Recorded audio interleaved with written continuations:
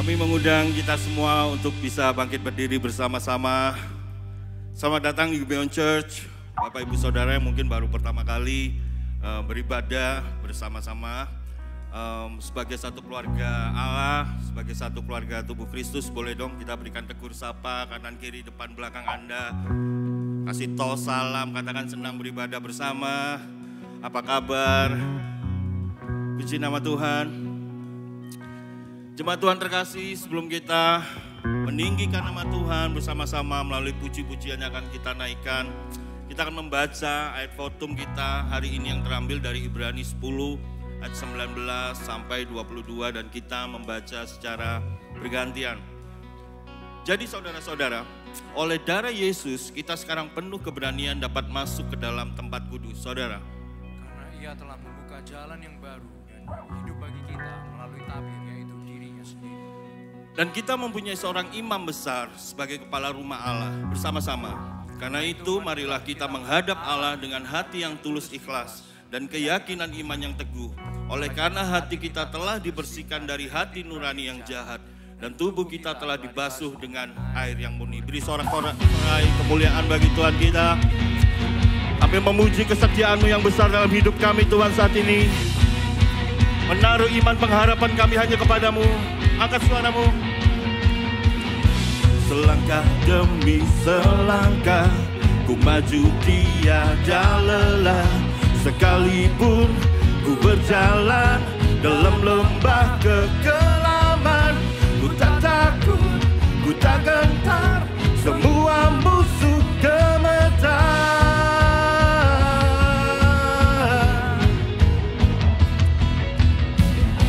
Imanku tak perlu besar, cukup sebutir pun dahsyat. Karena siapa?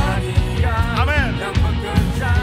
Bukanlah kuat gagahku, ku tak takut, ku tak gentar, semua musuh gemetar. Semua musuh gemetar. Everyone, hey, Yesus Tuhan, Engkau yang selalu bekerja dalam hidupku dan kau menjadi kuatku. Sekarang aku selalu kan meninggikanmu, kesetiaan-Mu besar di dalam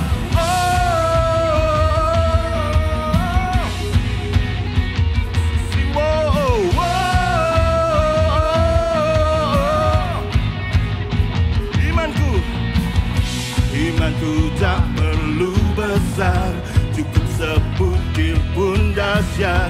Karena Dia yang bekerja, bukanlah kuat gagahku, ku tak takut, ku tak gentar, semua musuh gemetar. Semua musuh gemetar.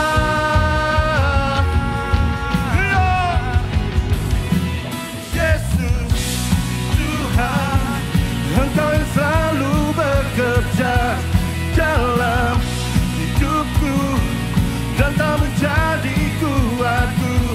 Sekarang aku selalu kan meninggikanmu, kesetiaan-Mu besar di dalam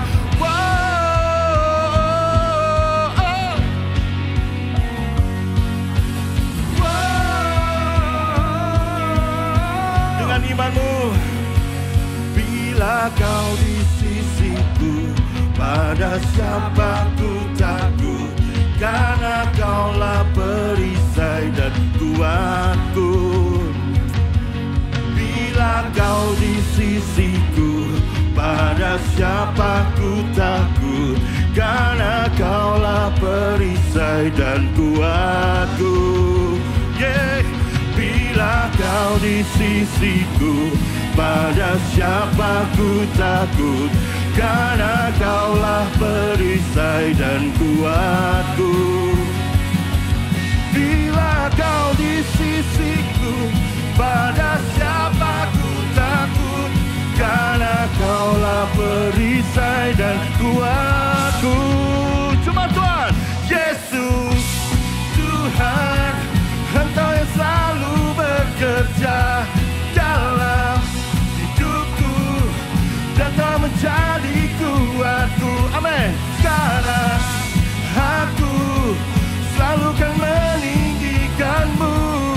Kesetiaan-Mu besar, Yesus Tuhan. Engkau yang selalu bekerja dalam hidupku dan tak menjadi kuatku. Sekarang aku selalu kan meninggikan-Mu. Kesetiaan-Mu besar di dalamku. Kesetiaan-Mu besar di dalamku. Sekali lagi. Kesetiaan-Mu besar di dalamku. Berikan sorak-sorai bagi Tuhan kita. Marilah kita memandang kepada Imam Besar Agung kita, dan kita menyelami kasih-Nya. Begitu dalam, begitu lebar, begitu luas untuk kita semua. Amin.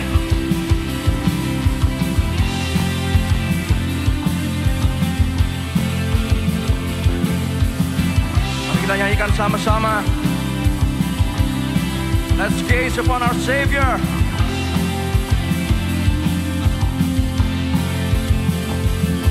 Come gaze upon your Savior. Behold your great high priest. Draw near in awe and wonder. His cross has spoken peace. Amen. Come rest from sin and striving. I am the source of grace.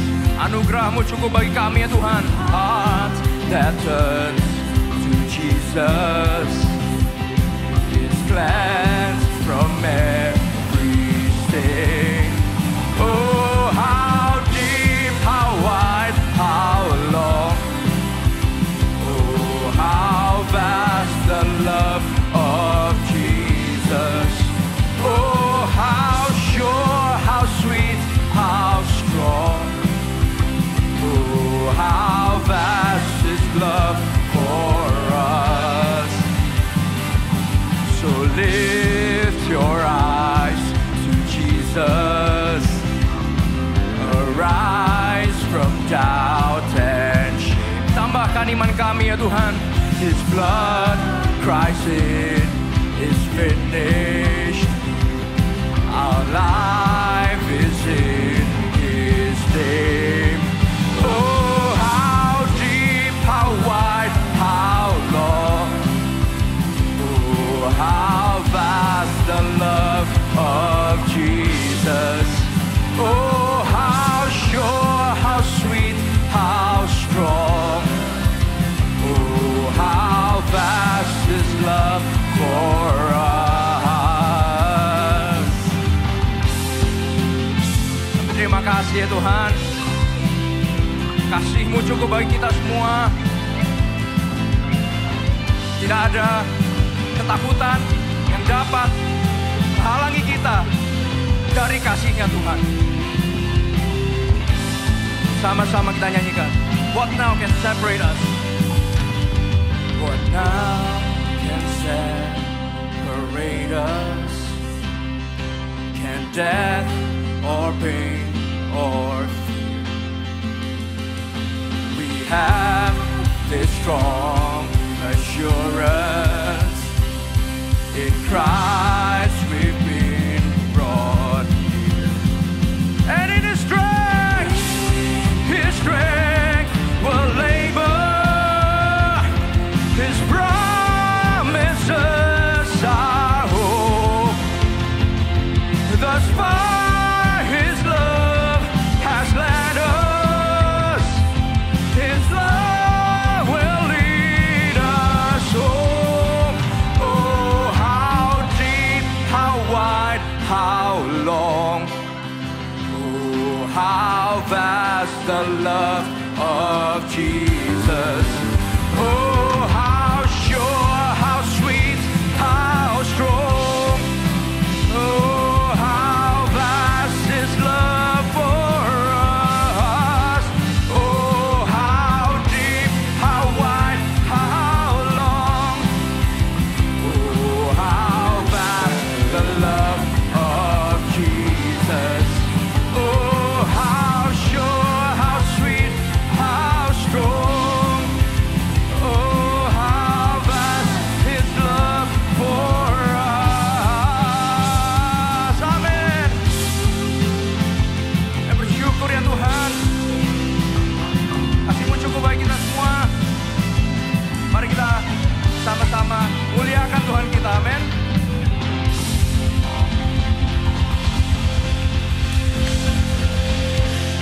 Shalom saudara, Happy Sunday, welcome to Gibeon Church. Di sini bukan tempat untuk orang sempurna, tetapi kita telah disempurnakan oleh kuasa Injil dan kasih karunia Kristus. Hari ini kita memasuki Perenungan Katekismus minggu yang ke-11. Saya akan membacakan pertanyaannya dan kita bersama-sama akan membaca jawaban dan ayat Alkitabnya. Adakah yang dapat menjalankan hukum Allah dengan sempurna, saudara? Sejak kejatuhan tidak ada manusia yang mampu memelihara hukum Allah dengan sempurna. Sebaliknya kita memiliki kecenderungan alamiah untuk menolak Allah dan tidak mengasihi sesama kita sebagaimana mestinya. Kita akan baca dari Roma pasal yang ketiga ayat yang 10-12. Seperti ada tertulis, tidak ada yang benar seorang pun tidak. Tidak ada seorang pun yang berakal budi, tidak ada seorang pun yang mencari Allah. Semua orang telah menyeleweng. Mereka semua tidak berguna, tidak ada yang berbuat baik, seorang pun tidak. Silakan duduk saudara.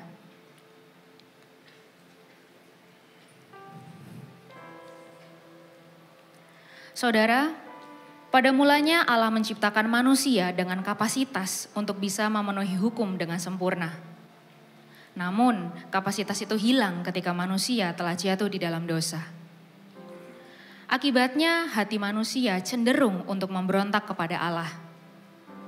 Hal ini juga diikuti oleh ketidakmampuan kita untuk bisa mengasihi sesama. Belakangan ini kita diperhadapkan dengan kondisi negara kita yang sedang tidak baik-baik saja. Ada kasus BBM oplosan misalnya, kasus korupsi, perselingkuhan, penipuan, bahkan pembunuhan. Dosa tidak hanya ditemukan pada mereka yang kita anggap jahat karena melakukan semua perbuatan itu. Tetapi dosa juga ditemukan di dalam diri kita ketika kita menganggap bahwa kita telah menjadi orang yang baik. Kita perlu sadar bahwa perbuatan yang baik yang kita lakukan juga telah dirosak oleh dosa. Hal ini mengingatkan bahwa dosa telah mencengkram kita semua tanpa pengecualian. Dampaknya kita tidak hanya rusak, tetapi kita juga telah cacat secara rohani. Kita tidak hanya lemah, tetapi kita tidak lagi memiliki kapasitas untuk dapat menaati Allah, baik dalam pikiran kita, perkataan kita, perbuatan kita, bahkan motivasi hati kita. Akibatnya kita terbuang. Kita bersalah di hadapan Allah yang kudus. Kita terpisah dari kasih-Nya. Dan kita pantas untuk menerima murka Allah. Saudara, hal ini memang sebuah kenyataan yang sangat menyedihkan untuk direnungkan. Tapi di tengah kepahitan akan dosa, Injil menjadi kabar yang terbaik. Mengapa? Karena meskipun kita tidak dapat memenuhi hukum Allah dengan sempurna, tapi ada satu pribadi yang telah memenuhi hukum Allah dengan sempurna bagi saya dan juga bagi saudara. Yesus telah setia menaati Bapa, taat dan bahkan mati di kayu salib, agar kita semua yang percaya kepadanya tidak lagi hidup dalam kesalahan dan juga perbuatan dosa kita. Tetapi kita telah benar-benar dimerdekakan. Meskipun kita telah jatuh di dalam dosa Adam, tetapi kita juga telah dibangkitkan bersama-sama dengan Kristus. Roh Kudus akan terus mengkalibrasi hati kita semua dan tidak akan pernah meninggalkan kita. Dan pada akhirnya kita dapat bebas, merdeka, dan sempurna untuk dapat menaati hukum Allah yang telah menciptakan dan juga telah menebus kita. Saya mengundang saudara semua untuk bangkit berdiri.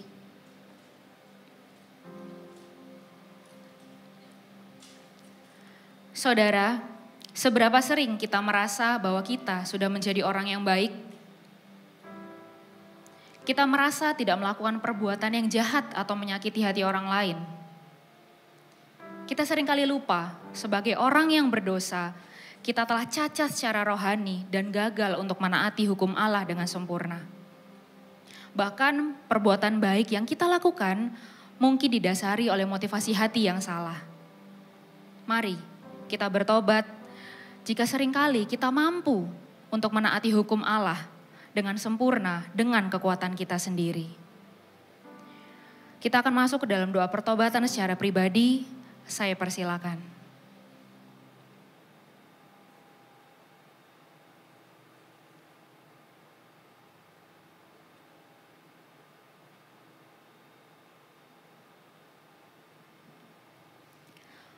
Bapa yang di surga, ampuni kami jika kami sering menganggap diri kami layak, bahkan menghakimi orang lain dan merasa diri lebih baik. Ampuni kami yang memberontak terhadap Engkau. Kami mengaku bahwa kami tidak mampu hidup setia dengan kekuatan kami sendiri. Terlebih menaati kehendak-Mu dengan sempurna. Kami bersyukur karena Engkau telah mengaruniakan anak-Mu yang tunggal, Yesus yang telah mati di kayu salib, setia dan taat.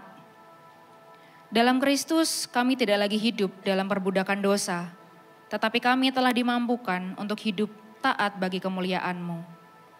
Terpujilah nama-Mu, di dalam nama Tuhan Yesus kami telah berdoa, haleluya, amin.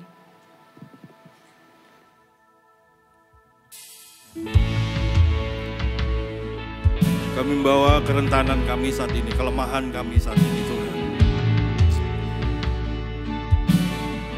Namun anugerah-Mu yang mulia menjangkau kami, menebus hidup kami, menjadikan kami ciptaan yang baru melalui karya salib-Mu. Cuma Tuhan, tercurah darah Tuhanku di bukit Golgota, dan yang bertobat ditebus, terhapus dosanya, terhapus dosanya, terhapus dosanya, dan yang bertobat ditebus, terhapus dosanya. Terima kasih.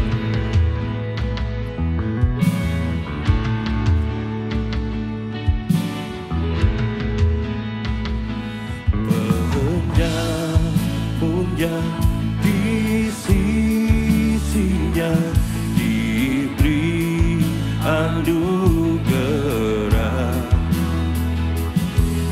pun aku yang penuh celah dibasuh darahnya, dibasuh darahnya,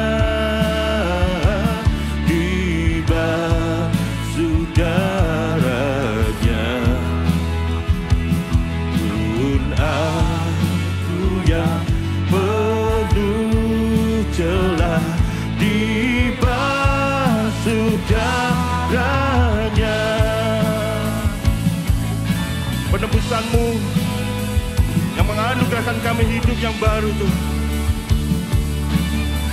Cuma Tuhan, angkat suara-Mu.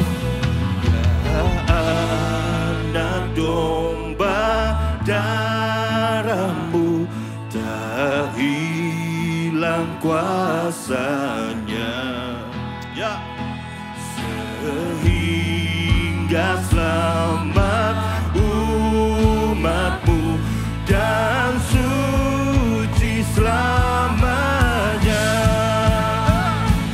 dan suci selamanya, dan suci selamanya, sehingga selamat umat-Mu dan suci selamanya, dan suci selamanya, dan suci selamanya,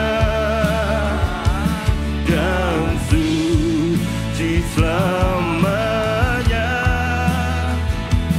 sehingga selamat umat-Mu dan suci selamanya.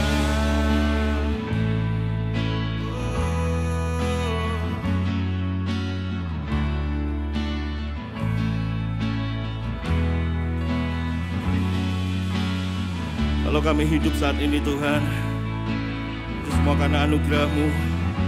jadikan kami ciptaan yang baru melalui penebusan-Mu di atas kayu salib. Cuma Tuhan, hidupku telah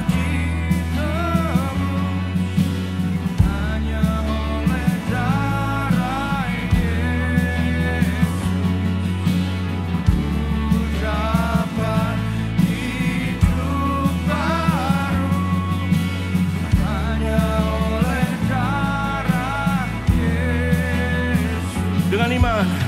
Kulihat pengampunan hanya oleh darah Yesus. Yo, hatiku disucikan hanya oleh darah Yesus. Hidupku telah ditebus hanya oleh darah Yesus. Amin. Ku dapat hidup baru hanya oleh darah Yesus. Hanya oleh darah Yesus. Hanya oleh darah Yesus. Hanya oleh darah Yesus.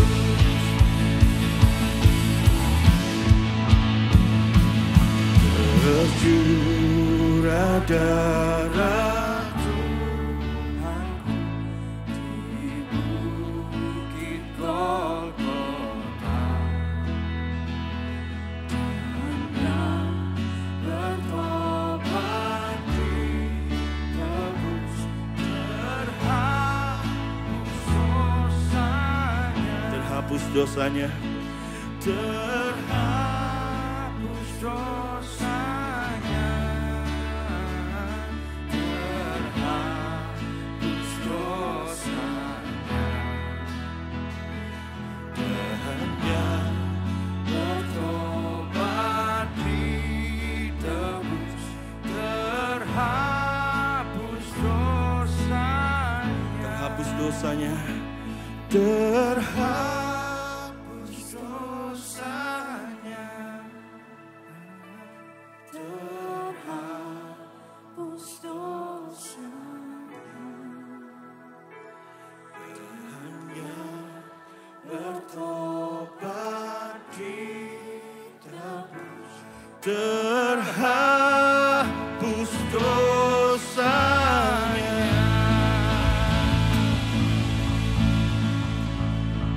Amin Tuhan. Mengucap syukur ya Tuhan.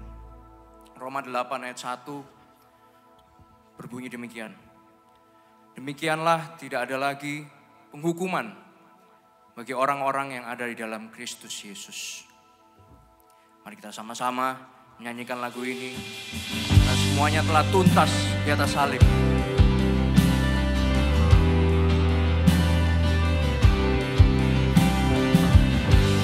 Mari kita merenungkan pengorbanannya. Sama-sama kita nyanyikan. Juga suara Yesus pada salib di Kalvari, karyanya telah sempurna. Ku berharap kepadanya, meskipun surya telah siuram, perang pun tampak kalah. Kristus menang atas dosa, semua telah tuntas di salibnya. Amin. Kutuk telah dipatahkannya. Kutuk telah dipatahkannya. Yesus yang menebusku, genap rahmat-Nya yang ku terima, anugerah-Nya menyambutku. Hampiri tahta Bapa-Ku, Yesus kebenaranku,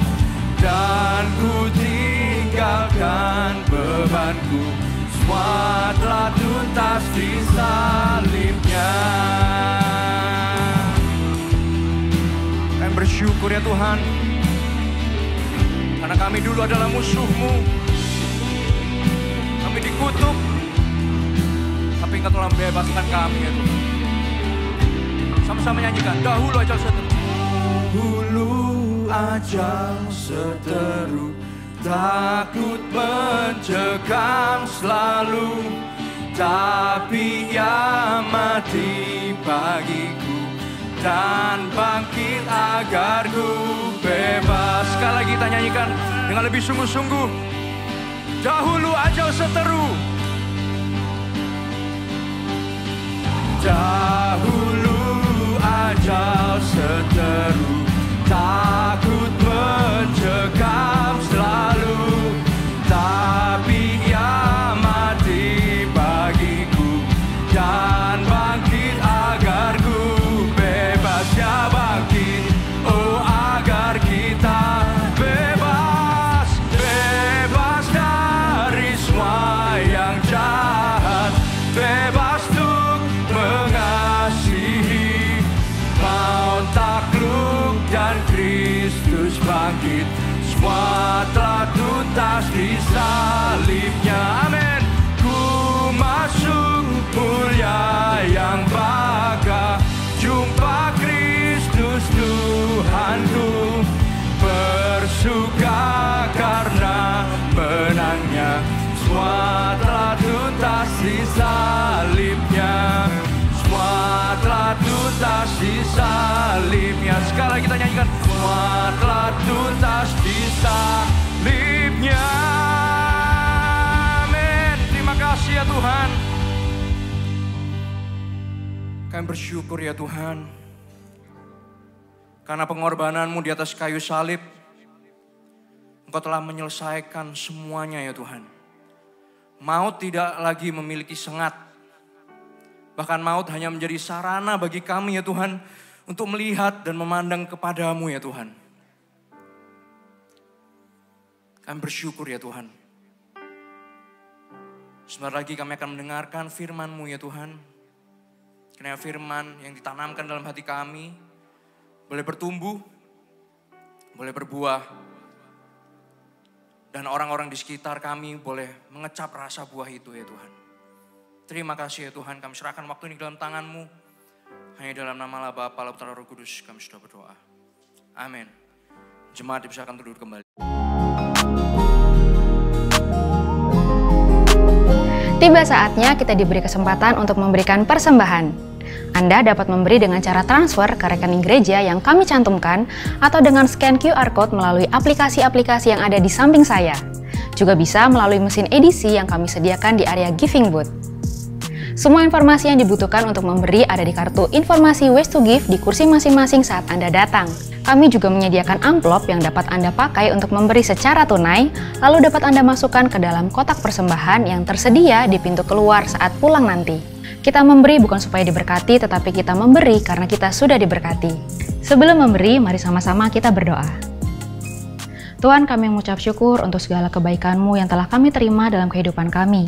Jika saat ini Tuhan memberikan kami kesempatan untuk dapat memberikan sebagian berkat yang telah kami terima, biarkan apa yang telah kami berikan dapat dipakai untuk pekerjaan Injil-Mu di tempat ini.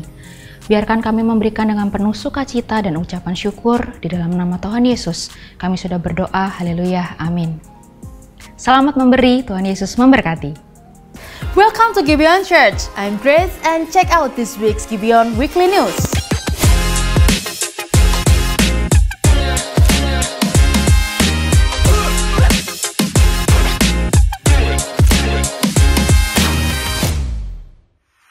Ada apa di bulan Juli 2025? That's right, Youth Summer Camp akan hadir lagi tahun ini. Catat tanggalnya, tanggal 8 hingga 10 Juli 2025.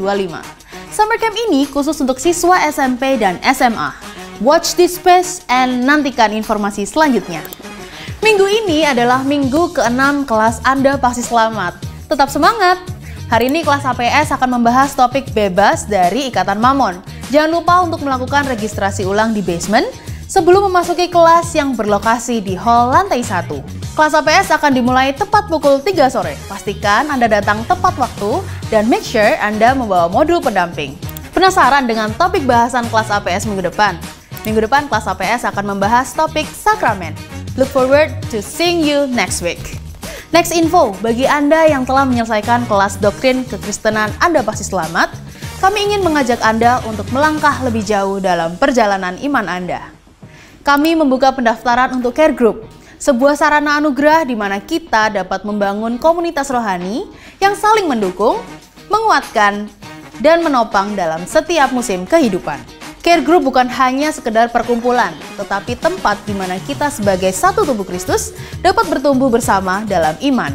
Daftarkan diri Anda melalui link berikut atau kunjungi Connect Booth di basement untuk informasi lebih lanjut.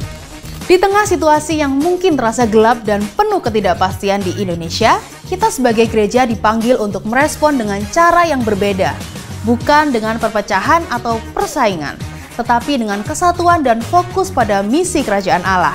Dr. Ed Steezer, seorang pakar misi dan gereja, akan membahas bagaimana kita dapat memahami misi kerajaan Allah di tengah fenomena Indonesia gelap dan kabur aja dulu, serta bagaimana gereja-gereja dapat bergerak bersama membawa terang Injil bagi kota kita.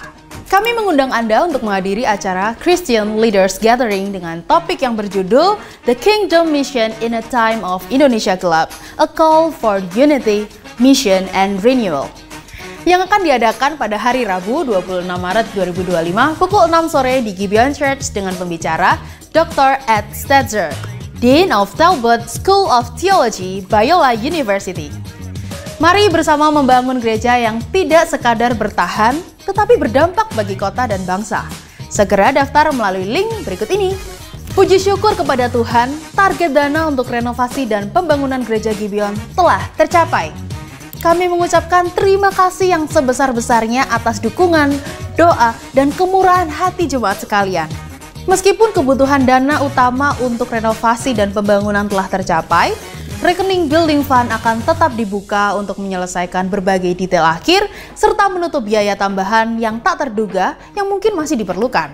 Kami percaya bahwa setiap kontribusi tetap akan sangat berarti dalam memastikan penyelesaian proyek ini dengan optimal. Bagi jemaat yang ingin tetap berpartisipasi, Anda dapat memberikan dukungan melalui beberapa cara berikut.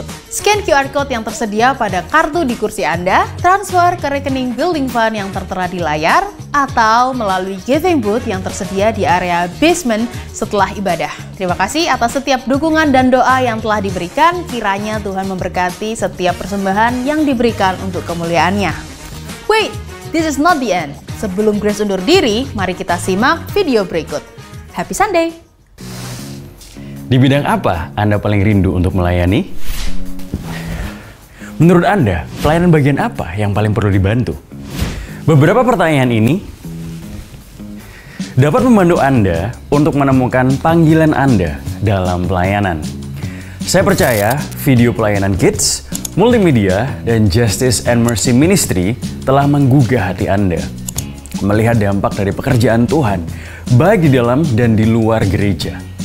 Saudara, sebagai orang yang telah terdampak oleh Injil, kita juga dipanggil untuk menyalurkan kasih Kristus kepada sesama. Salah satu sarananya adalah melalui pelayanan. Melayani bukan sekadar tentang tugas yang dilakukan, tetapi lebih dari itu, pelayanan adalah wujud di mana kita menghidupi identitas kita sebagai murid Kristus yang dimuridkan, tetapi juga memuridkan. Dan melalui proses melayani, kita dapat merasakan dan mengalami anugerah itu sendiri.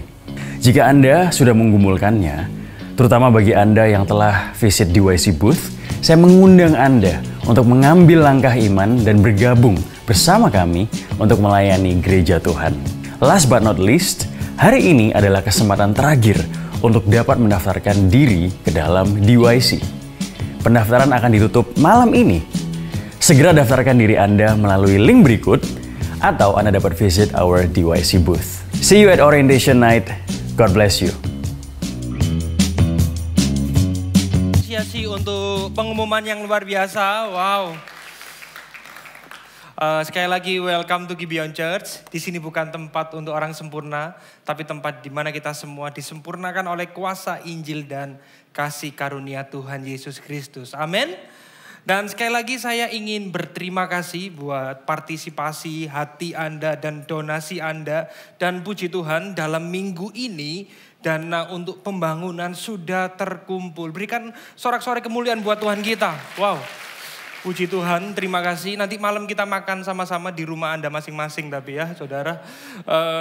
Kalau di gereja nanti kurang lagi ya saudara. Jadi saudara sekali lagi saya juga ingin mendorong Anda. Untuk Anda yang rindu melayani, yang sudah mendoakan, menggumulkan. Hari ini adalah pendaftaran terakhir ya. Jadi nanti Anda bisa keluar di Connect Booth. Anda bisa tanya-tanya informasi apapun tentang Discover Your Calling. Jadi itu aja dan juga tambahan lagi banyak pesan sponsornya.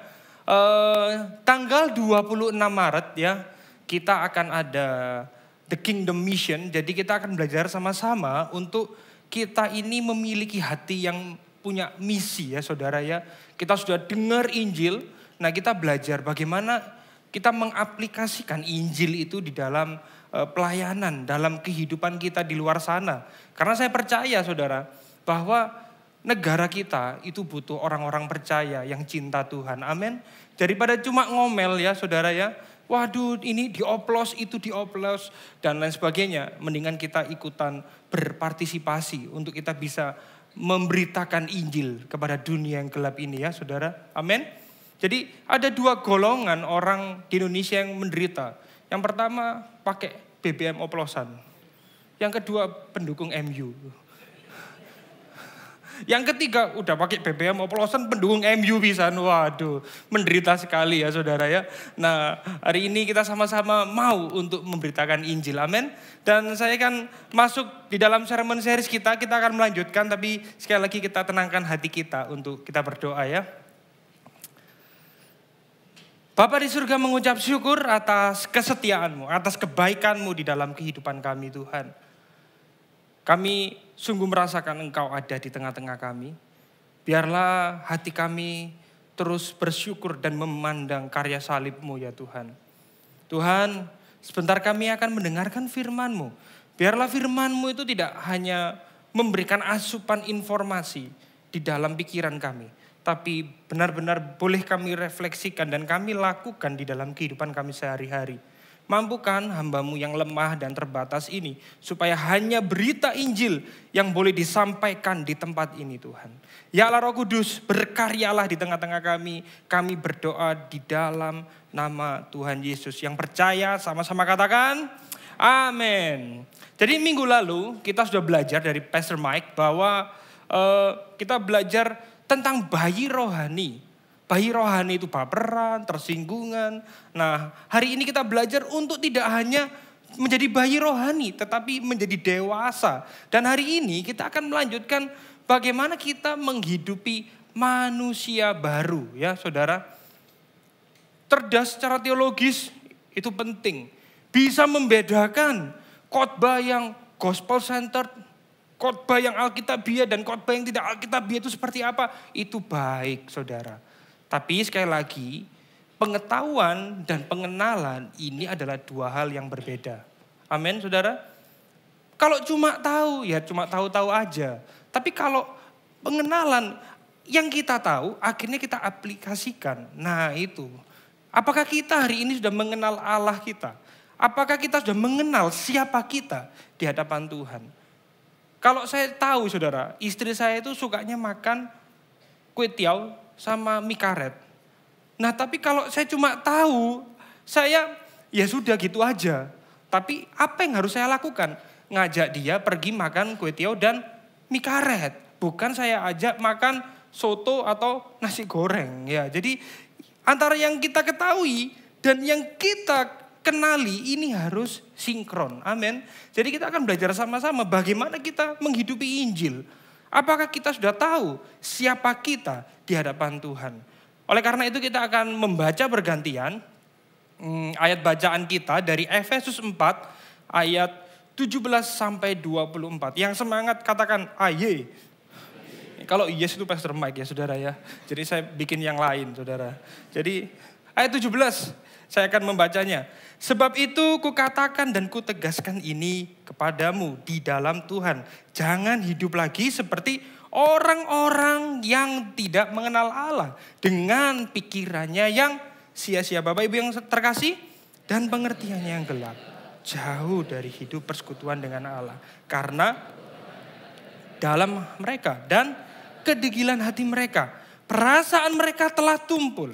Sehingga mereka menyerahkan diri kepada hawa nafsu. Dan mengerjakan dengan serakah segala macam kecemaran. Tetapi kamu bukan demikian. Kamu telah belajar mengenal Kristus.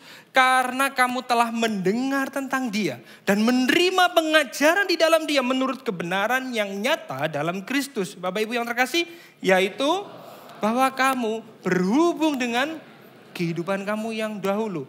Harus menanggalkan manusia lama yang menemui kebinasaannya oleh nafsunya yang menyesatkan. Supaya kamu dibarui di dalam roh dan pikiranmu. 24 kita baca sama-sama. Dan mengenakan manusia baru yang menurut kehendak Allah di dalam kebenaran dan kekudusan yang sesungguhnya. Amin. Demikian jauh pembacaan firman Tuhan yang kita lakukan.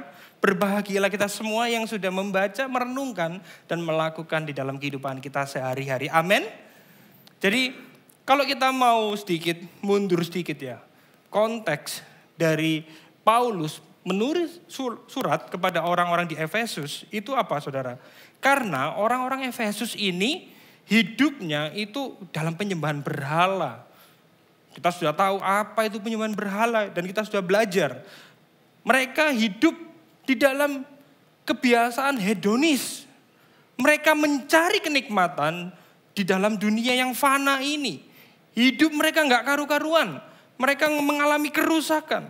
Jadi Rasul Paulus mengingatkan jemaat di Efesus bahwa kamu sebagai orang percaya tidak boleh lagi hidup seperti orang-orang yang tidak mengenal Allah.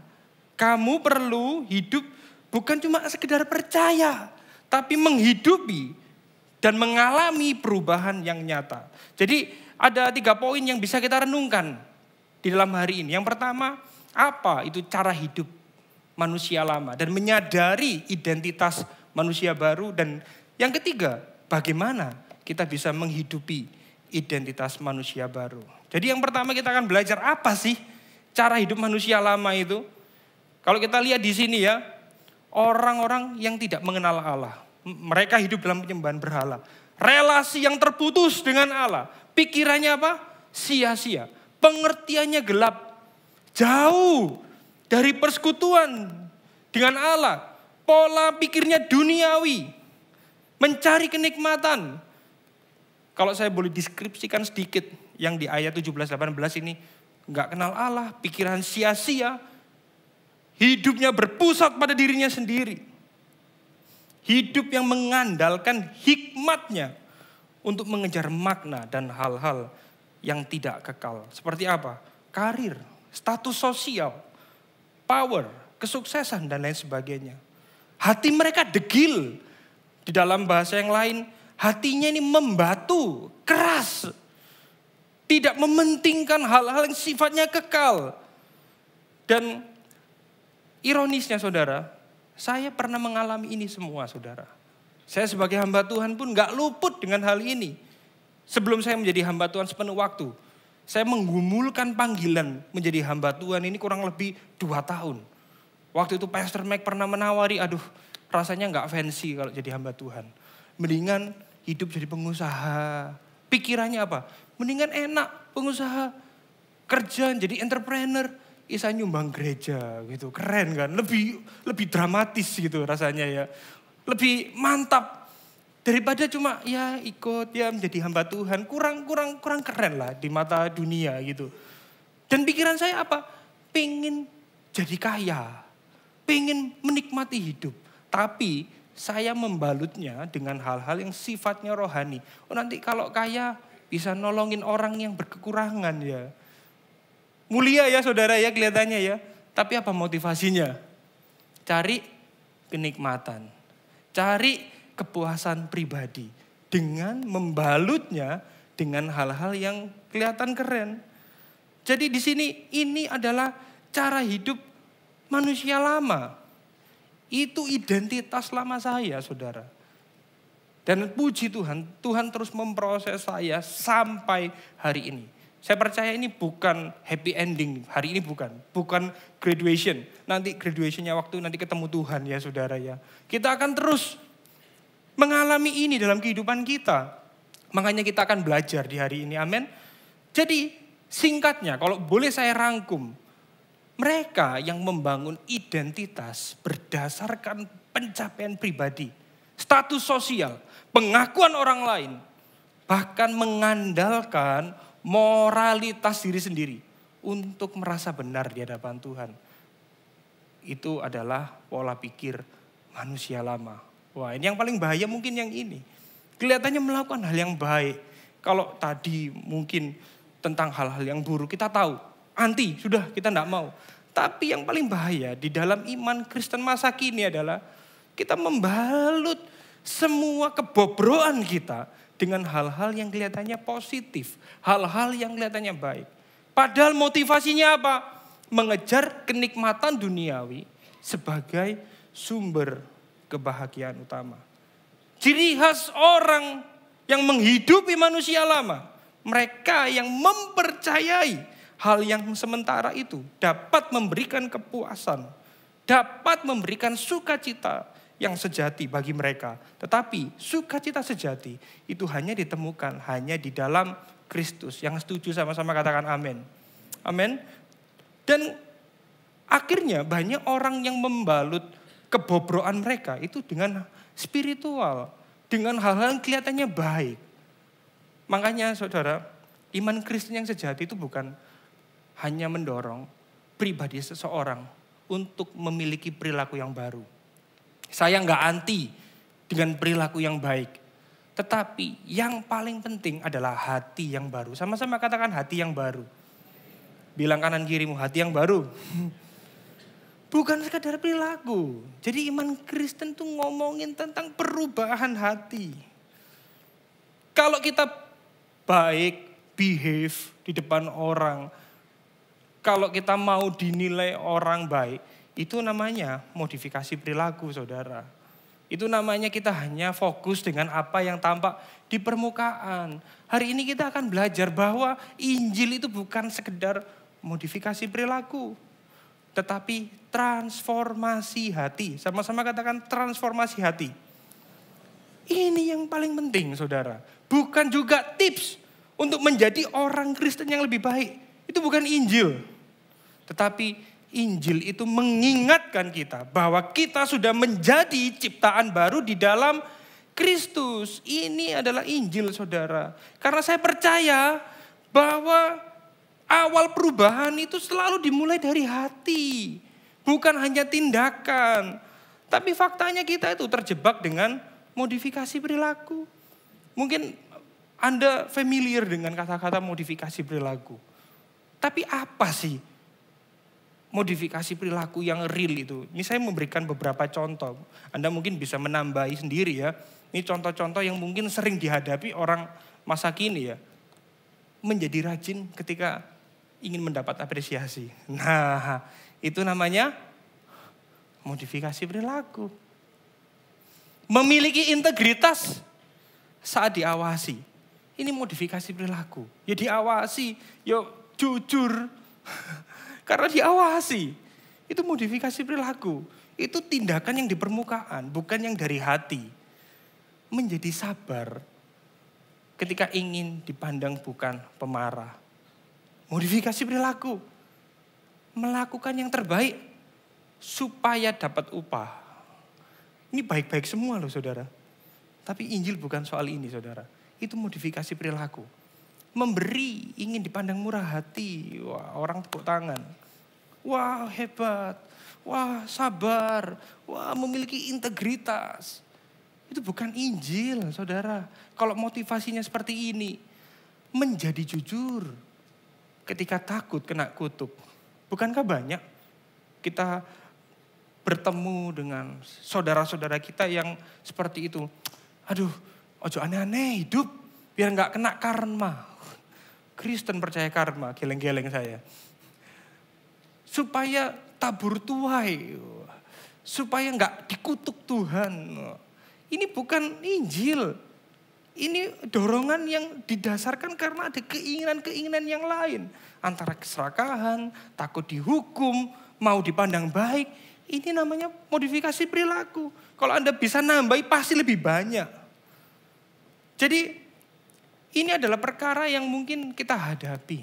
Bahkan saya sebagai hamba Tuhan. Saya harus jujur. Ketika saya menyiapkan ini semua. Saya sendiri yang kena dengan khotbah ini. Saya bercucuran air mata Tuhan. Kok bisa orang model saya jadi hamba Tuhan? Lawang saya seringkali bergumul dengan hal demikian. Kok bisa? Sulit sekali Tuhan. Yang jadi apa? Ya jadi jatuh ke dalam dosa modifikasi perilaku lagi. Cuma pengen dipandang baik. Apalagi, waduh, kalau orang itu memberikan label kepada saya, Pastor Dave, berarti saya harus sabar. Walaupun emosi sampai berdedek gitu ya, kalau bahasa Surabaya harus murah hati. Gak boleh marah-marah, tenang menghadapi orang-orang sulit. Saya sangat bergumul dengan hal ini, bahkan sampai hari ini. Saya minta Tuhan supaya Tuhan tuh terus menopang saya. Makanya waktu saya membagikan firman kepada Anda, ini bukan untuk nyindir Anda, tetapi ini berkhotbah kepada diri saya sendiri, saudara. Bahkan beberapa waktu lalu, saya itu saudara ya, lagi-lagi di jalan. Saya nyetir, kondisi dalam jalur yang baik. Di sini ada sepeda motor, ini saya mobil. Di sini ada motor. Nah tiba-tiba ada ras terkuat di muka bumi. Ras terkuat biasanya pakai Mio atau Vario. Dan itu ibu-ibu ya saudara ya. Waduh gak bisa kalah di jalannya. Ini melipir, nyerempet kendaraan saya. Dia yang melipir, yang gak jelas nyetirnya, nyerempet. Dia yang marah.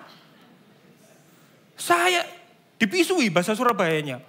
Oh goblok. Loh, saya denger. Habis gitu gak cuma goblok. Oh jajan coklat. Waduh, saya pegang setir berdedek saudara. Tak buka kacanya langsung. Tapi saya waktu itu nggak pergi sama keluarga saya sendiri. Saya ini pastor dan gembala CG. Di sini di mobil itu ada para gembala CG yang kita mau jalan-jalan, para CG leader yang saya gembalakan. Kita mau pergi ke Batu. Habis gitu, oh saya buka kaca, kudu miso balik wisan. Mau miso jadi cuma gitu dong. Sampai istri saya, kamu itu lapo, Mek. Ya timbang miso, ya apa? Jadi, ya saya jatuh dalam dosa modifikasi perilaku. Sudah muntap. Ini salah. Dipisui gitu. Ngamuk saya. Waduh, enggak mudah saudara. Saya ini mungkin kelihatan ya di gereja orangnya banyol, lucu. Saya ini temperamen sebenarnya saudara. Tapi seringkali saya tuh nggak marah depan Anda aja ya. Yang kena itu istri saya, saudara. Saya harus bertobat, saudara. Kalau saya tuh selesai meeting gitu kadang, wis omong sih. Habis khotbah gini, ngomong sing enteng-enteng aja ya, saudara. Nah saya tapi nanti mau praktek, saya nggak mau cuma modifikasi perilaku ya, saudara ya. Jadi ini khotbah untuk saya. Yang tahu siapa saya, siapa diri saya yang otentik itu adalah keluarga saya, adalah istri anak saya. Tapi saya mengucap syukur, istri saya itu menerima segala pergumulan dan dia mendoakan saudara. Dia enggak menghakimi, mosok hamba Tuhan kowe ngono. Enggak saudara ya. Paling kalau keprocot, hati-hati loh, baik jemaat itu. Iya. Tapi banyakan sabar ya gitu. Jadi itu yang saya alami. Kita itu dalam kehidupan kita bisa jatuh dalam ekstrim modifikasi perilaku. Kita bisa tampil baik, tampil murah hati, padahal hati kita nggak berubah. Nah, firman Tuhan pada hari ini memang nggak mudah meninggalkan identitas manusia lama kita. Meninggalkan manusia lama itu tidak bisa diselesaikan hanya dengan banyaknya aturan. Amin. Tetapi sikap hati yang senantiasa memandang salib Kristus. Itu yang perlu kita lakukan. Kalau kita pandang salib Kristus, kita melihat orang-orang yang sulit. Rekan kerja kita, siapapun itu, kita bisa mengampuni. Kita bisa legowo bahasanya ya. Kita bisa rest karena kita tahu aku sendiri manusia berdosa. Aku gak layak terima pengampunan. Tapi Tuhan menerima aku.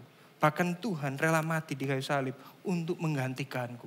Jadi kita perlu untuk melihat Kristus. Untuk meninggalkan manusia lama kita, saudara. Tanpa menyadari identitas kita dalam Kristus. Kita nggak mampu menanggalkan manusia lama kita. Nggak mudah, saudara. Kalau kita tuh lupa diri. Makanya hari ini kita belajar. Bahkan setiap firman yang kita dengarkan. Selalu mengingatkan siapa kita di dalam Kristus. Siapa kita dulunya orang-orang yang tidak menerima karya salib itu. Ini membuat hati kita terus diubahkan. Makanya berita Injil itu harusnya tidak membosankan. Alah, paling nanti karena Injil. Alah, paling nanti karya salib. Kita bisa ngomong kayak gitu kalau kita nggak reflektif, saudara.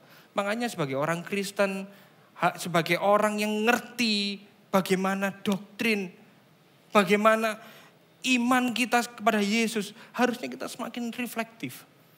Kita semakin merenungkan. Kok bisa ya Tuhan, aku seperti ini? Kok bisa engkau itu begitu baik dalam hidupku? Ini yang harus kita renungkan dalam kehidupan kita sehari-hari. Supaya kita juga nggak diombang-ambing dengan value-value dunia. Kita nggak diombang-ambing dengan peran-peran kita. Banyak orang depresi, banyak orang kehilangan gairah, kehilangan semangat untuk melanjutkan hidup.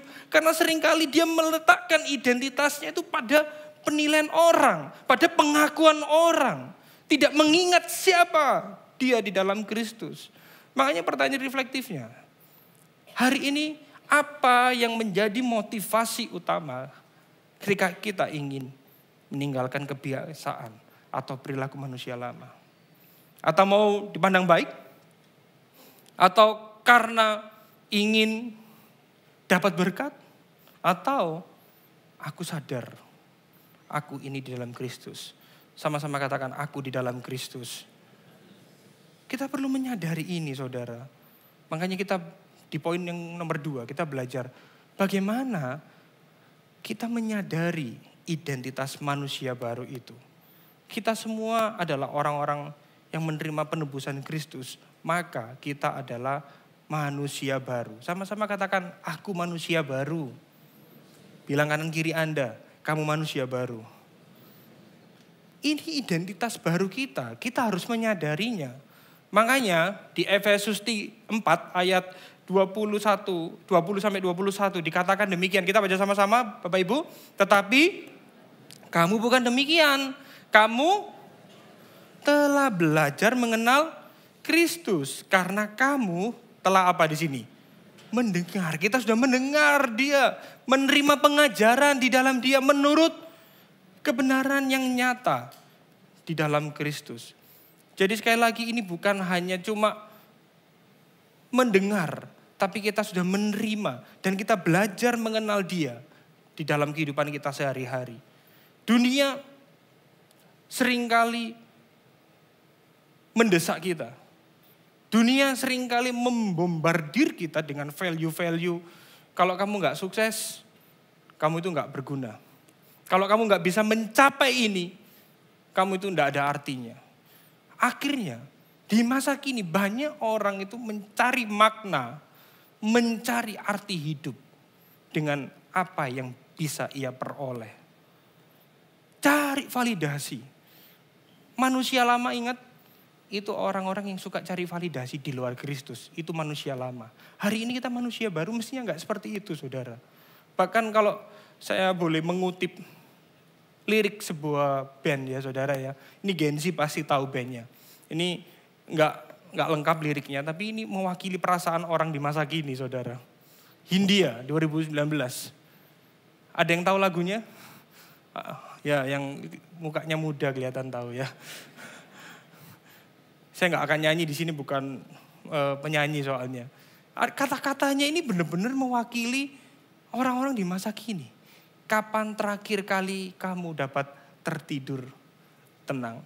Artinya orang ini mengalami apa? Insomnia. Kalau orang insomnia biasanya apa? Overthinking. Kepikiran. Besok gimana? Besok ya apa? Kapan terakhir kamu dapat tertidur tenang? Dia nggak tahu apa yang akan terjadi di masa depan. Lirik selanjutnya, tubuh yang berpatah hati, bergantung pada gaji, berlomba jadi asri, mengais validasi. Bukankah itu ngomong kesuksesan? Yang sambil komat kamit gak usah nyanyi saudara ya. Nanti aja di rumah nyanyi ya. Saya lihat aja, kapan terakhir kamu ya. Nggak usah nyanyi ya. Ini contoh aja ya. Dan di sini akhirnya ada orang yang memberikan solusi.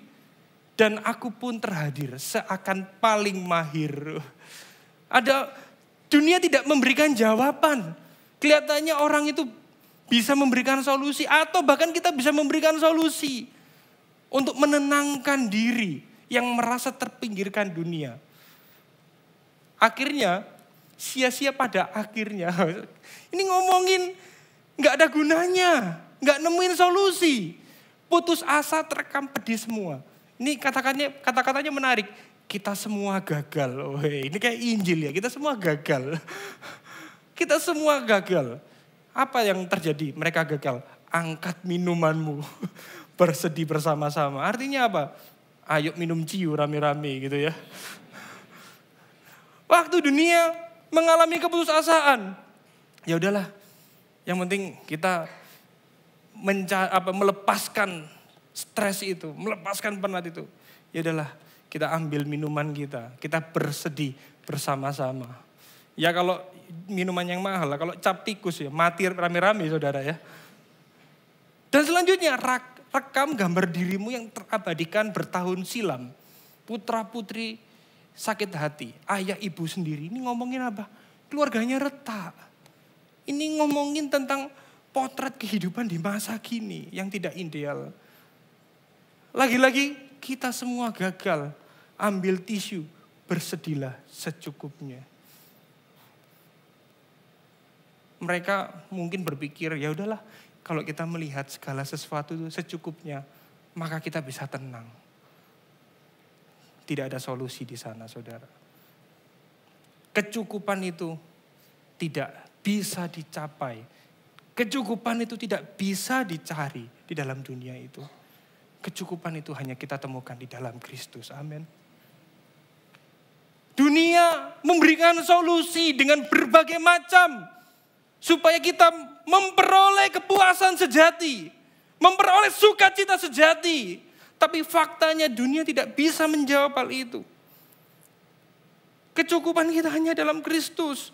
Makanya Rasul Paulus menuliskan tulisannya di dalam ayat 20. Tetapi kamu bukan demikian. Sama-sama katakan, tetapi kamu bukan demikian. Kamu telah belajar mengenal Kristus. Jadi kalau kita lihat saudara, dulu sebelum kita mengenal Injil, kita berusaha hidup benar agar diterima oleh Allah. Sekarang hari ini kita sudah diterima oleh Allah. Sehingga kita ingin hidup benar, amin. Dulu aku berharga jika aku sukses, jika aku berhasil. Hari ini aku berharga karena Kristus telah menebus hidupku. Dulu aku harus membuktikan bahwa aku bisa, aku mampu. Tapi hari ini kita belajar sama-sama, aku sudah diterima oleh kasih karunia Kristus. Maka hidupku berharga, aku tidak mencari validasi dari dunia. Amin saudara. Berikan sorak-sorai kemuliaan buat Tuhan kita. Ini yang perlu kita ingat. Di dalam kehidupan kita sebagai orang percaya.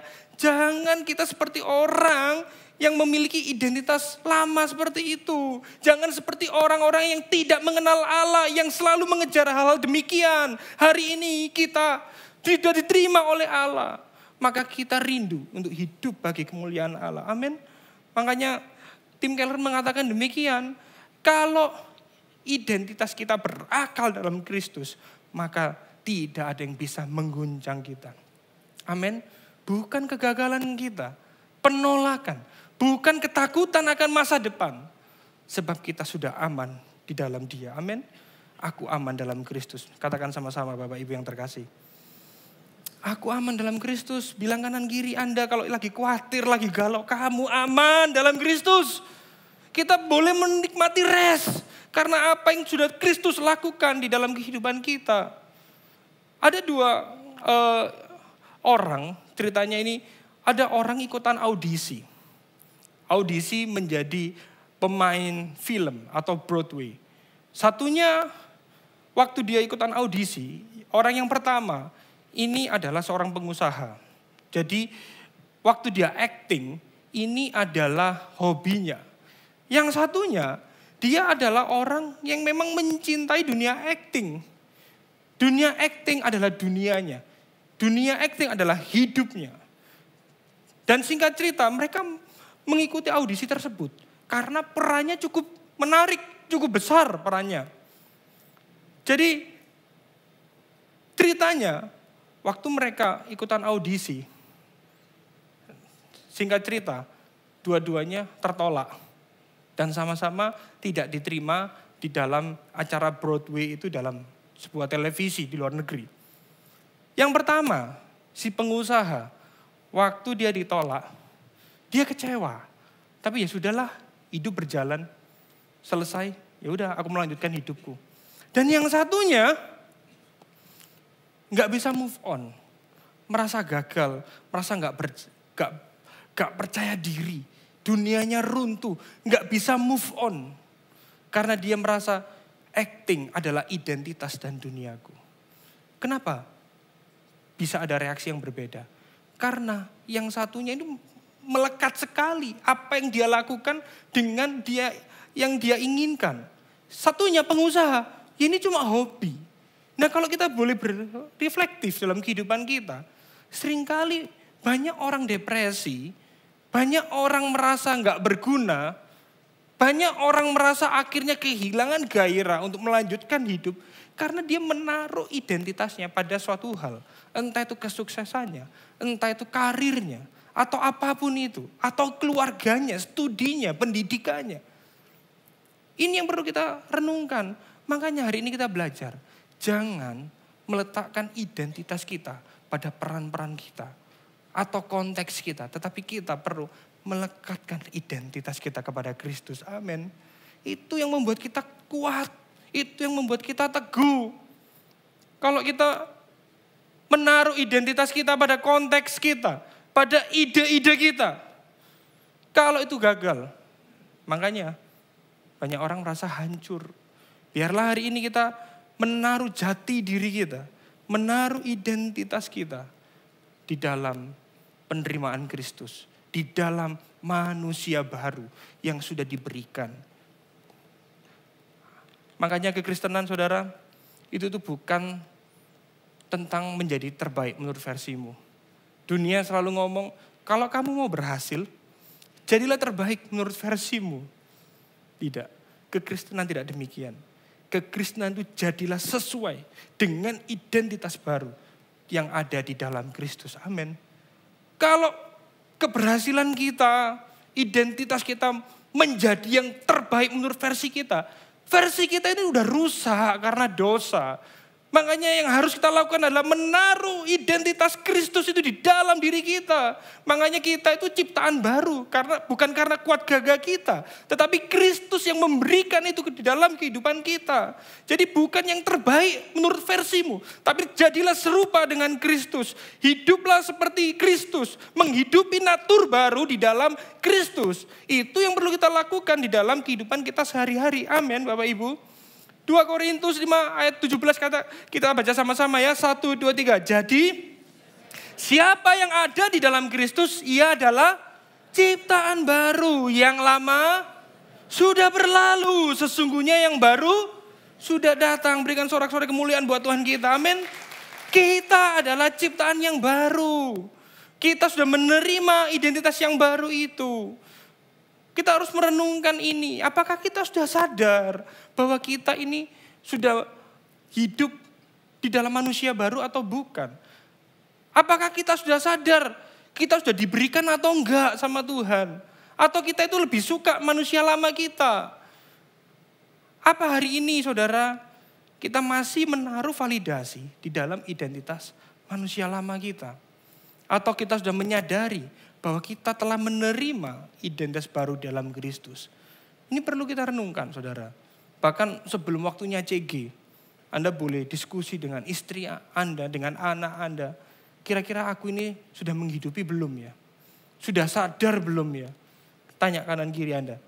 Sudah sadar belum? Kita harus menyadari hal ini saudara. Lalu bagaimana?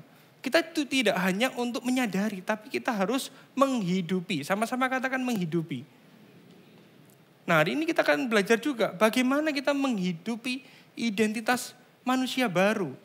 Kita lihat di ayat yang 22 dan 24. Sebenarnya ini adalah indikatif. Jadi kalau kita melihat pola penulisan Rasul Paulus, itu selalu ada indikatif dan imperatif. Indikatif ini ngomongin tentang apa yang sudah kita terima. Status kita, siapa kita di dalam Kristus. Imperatif, apa yang harus kita lakukan sebagai orang percaya.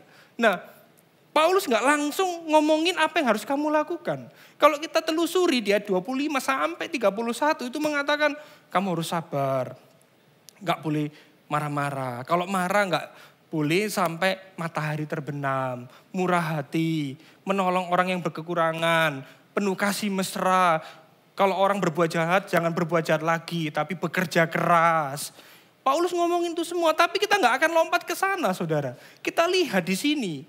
Jelas sekali Paulus ingin ngomong, kamu harus menanggalkan manusia lama yang menemui kebinasaannya. Dan mengenakan manusia baru yang telah diciptakan menurut kehendak Allah di dalam kebenaran dan kekudusan yang sesungguhnya. Jadi Paulus gak lompat. Dia harus menjelaskan bahwa kamu sadar tentang identitasmu itu loh. Siapa kamu dalam Kristus. Tapi faktanya saudara, kita tuh lebih suka hidup dalam kebohongan. Kita terjebak dalam kebohongan identitas lama. Tapi membungkusnya dengan modifikasi perilaku lagi. Karena kita percaya bahwa identitas manusia lama itu yang memberikan kepuasan dan perasaan berarti.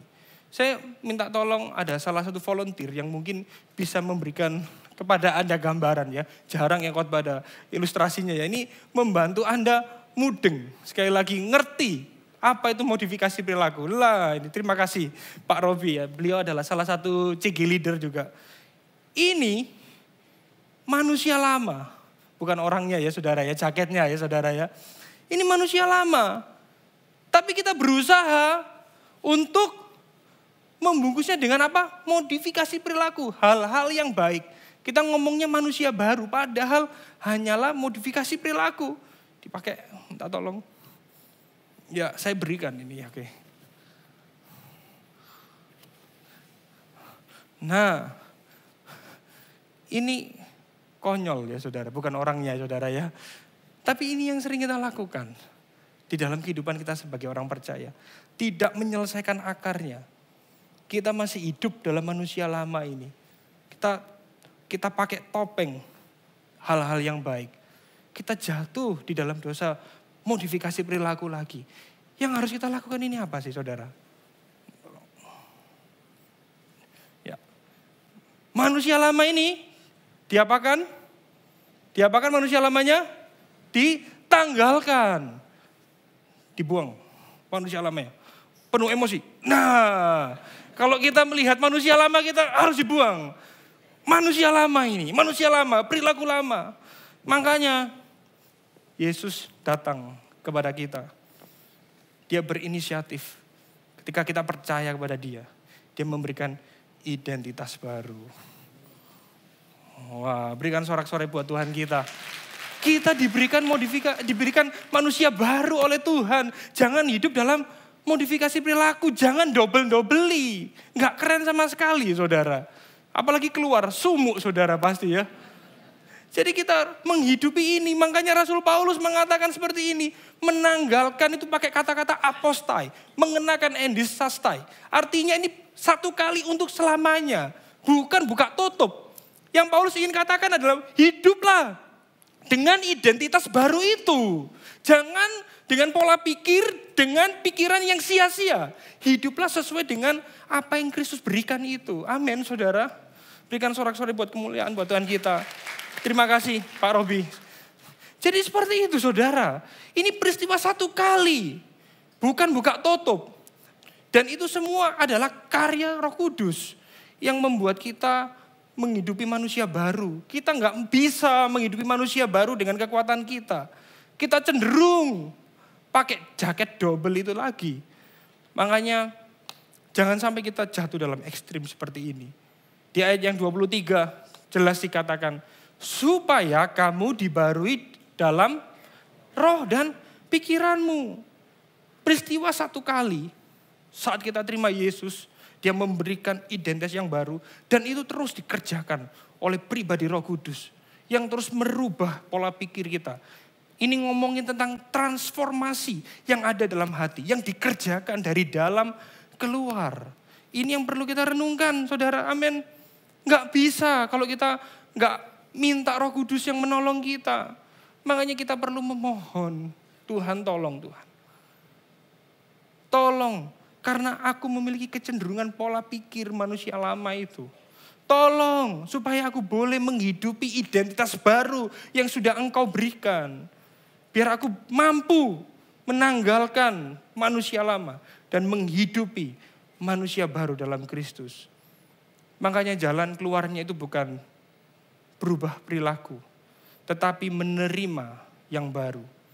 Kalau Anda mungkin saya tanya, pilih Nokia atau pilih iPhone? Saya yakin Anda langsung pilih iPhone. Karena kita tahu bahwa Nokia itu sudah jadul. Nggak mungkin kita pilih Nokia. Kita langsung secara natural, ya mending iPhone lah. Kecuali Anda mau ulek-ulek ya saudara ya.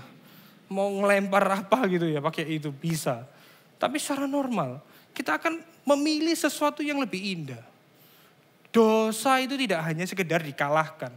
Tetapi kita memandang kepada sesuatu yang lebih mulia. Amin. Dan yang mulia itu hanya ditemukan di dalam salib Kristus. Kita tidak dipanggil untuk berusaha lebih keras menjadi Kristen yang baik.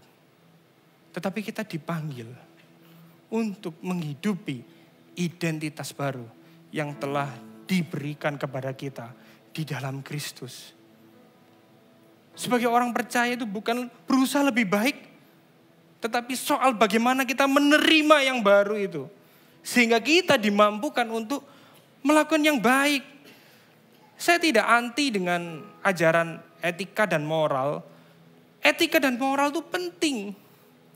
Tetapi itu bukan inti kekristenan, saudara. Kekristenan bukan hanya ajaran moral dan etika. Bahkan moral etika Kristen, itu bukan iman Kristen. Bukan inti kekristenan. Saya percaya kalau kita terus menghidupi identitas manusia baru, maka perilaku pun akan jadi baru. Bukan fokusnya di perilaku, tetapi di hati. Kalau saya selalu memberikan ilustrasi, kalau kita tanam mangga, yang keluar pasti mangga. Kalau kita menghidupi identitas yang baru, maka perilakunya akan baru. Jadi kita jangan terkecoh dengan hal-hal yang sifatnya moralistik. Kalau kita hanya kagum dengan hal-hal yang sifatnya moral, tidak ada keindahan di dalam iman Kristen. Bukankah semua keyakinan juga mengajarkan hal yang demikian? Makanya kita harus melihat bahwa kekristenan itu lebih dari sekedar moralitas. Inti kekristenan adalah kita yang gak berdaya, kita yang rusak karena dosa. Tapi Kristus, dia datang untuk mengampuni dosa kita. Dia datang untuk memberikan hidupnya, menggantikan kita. Supaya kita dimampukan, kita disertai untuk hidup serupa dengannya. Itulah inti kekristenan. Amin saudara. Berikan sorak-sorai kemuliaan buat Tuhan kita saudara. Kita teruslah menyadari apa yang Kristus lakukan di kayu salib itu. Sehingga kita dapat ingat siapa kita di dalam Kristus. Saya ingin Anda sekali lagi berreflektif. Apakah saat ini saya masih sering terjebak dalam modifikasi perilaku untuk menunjukkan bahwa kita orang baik? Atau kita sudah dengan sungguh menghidupi identitas baru itu di dalam Kristus? Biarlah ini menjadi perenungan kita, saudara. Saya undang Anda untuk bangkit berdiri.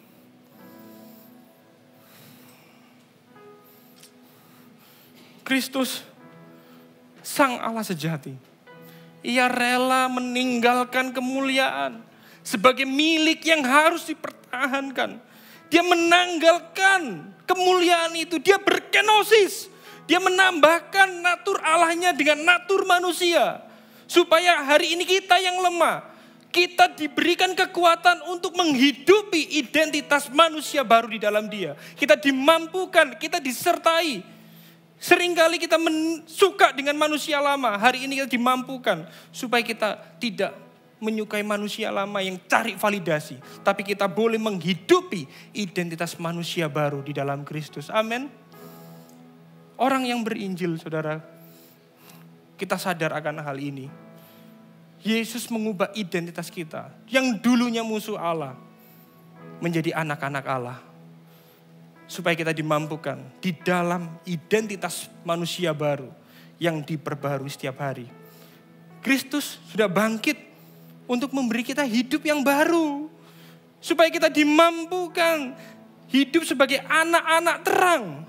Bukan seperti orang-orang yang tidak mengenal Allah.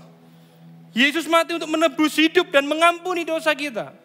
Supaya kita dimampukan untuk menanggalkan manusia lama dan meninggalkan dosa. Yesus memberikan Roh Kudus untuk membimbing kita. Supaya Roh Kudus terus memperbarui cara pikir kita. Memperbarui hati kita hari lepas hari. Dan kita dimampukan untuk hidup serupa Kristus. Hari ini kita yang sudah ngerti Injil. Kita gak perlu cari makna di dalam kepuasan yang sementara. Kepuasan yang duniawi di dalam identitas manusia lama. Karena kita memiliki makna yang sejati di dalam Kristus. Kita nggak perlu cari validasi lagi dari dunia. Karena kita sudah memiliki identitas sejati di dalam Kristus. Dan kita sudah aman di dalam Dia. Kita memiliki kerinduan untuk menghidupi identitas manusia baru itu. Yang sudah diberikan Kristus di kayu salib. Kita memiliki kerinduan untuk terus diubahkan hari lepas hari. Melalui Injil. Dengan pribadi Roh Kudus yang selalu memampukan dan menyertai kita. Amin. Sebagai respon firman Tuhan pada hari ini, kita nyanyikan lagu ini sama-sama Bapak Ibu yang terkasih.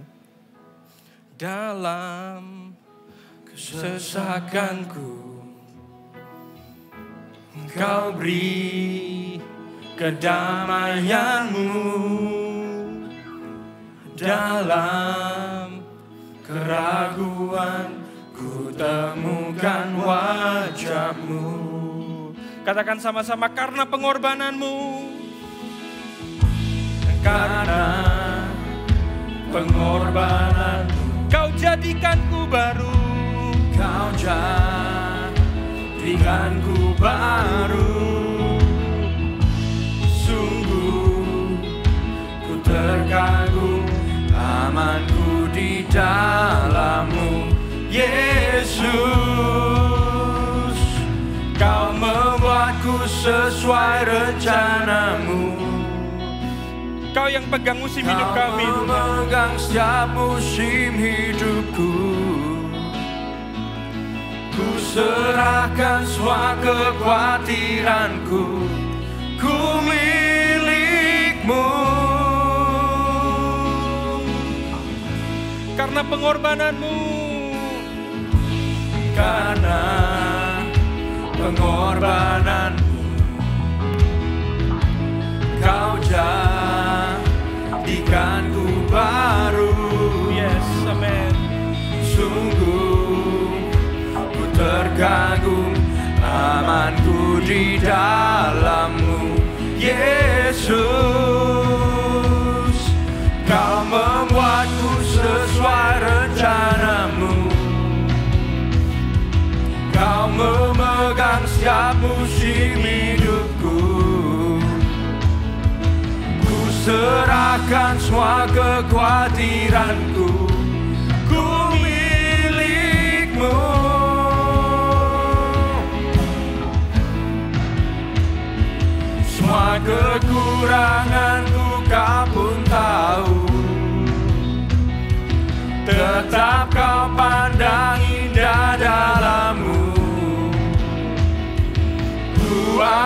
tanganku dan berseru, ku milikmu.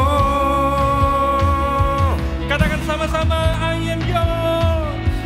I am yours, now forever. In your grace, I surrender. You are mine, now forever. I'm alive in your wonder. I am yours, now forever. In your grace, I surrender. You are mine, now forever. I'm alive in your wonder. Kau membuatku sesuai rencanamu. Yes. Kau memegang setiap musim hidupku. Ku serahkan semua kekhawatiranku. Ku milikmu.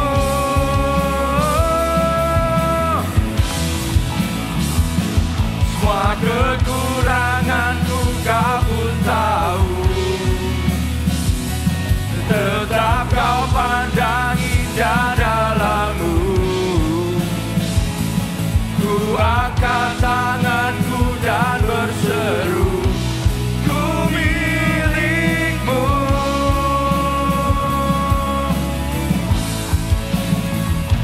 Semua kekuranganku kau pun tahu.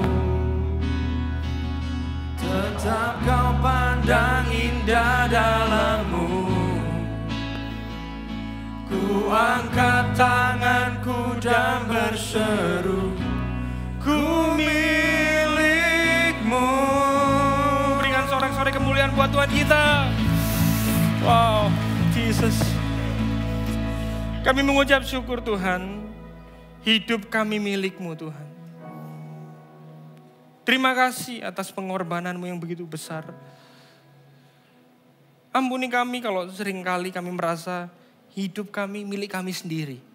Ampuni kami kalau kami justru menyukai hidup di dalam identitas manusia lama itu Tuhan. Ampuni kami kalau kami seringkali hidup seperti orang-orang yang tidak mengenal Allah.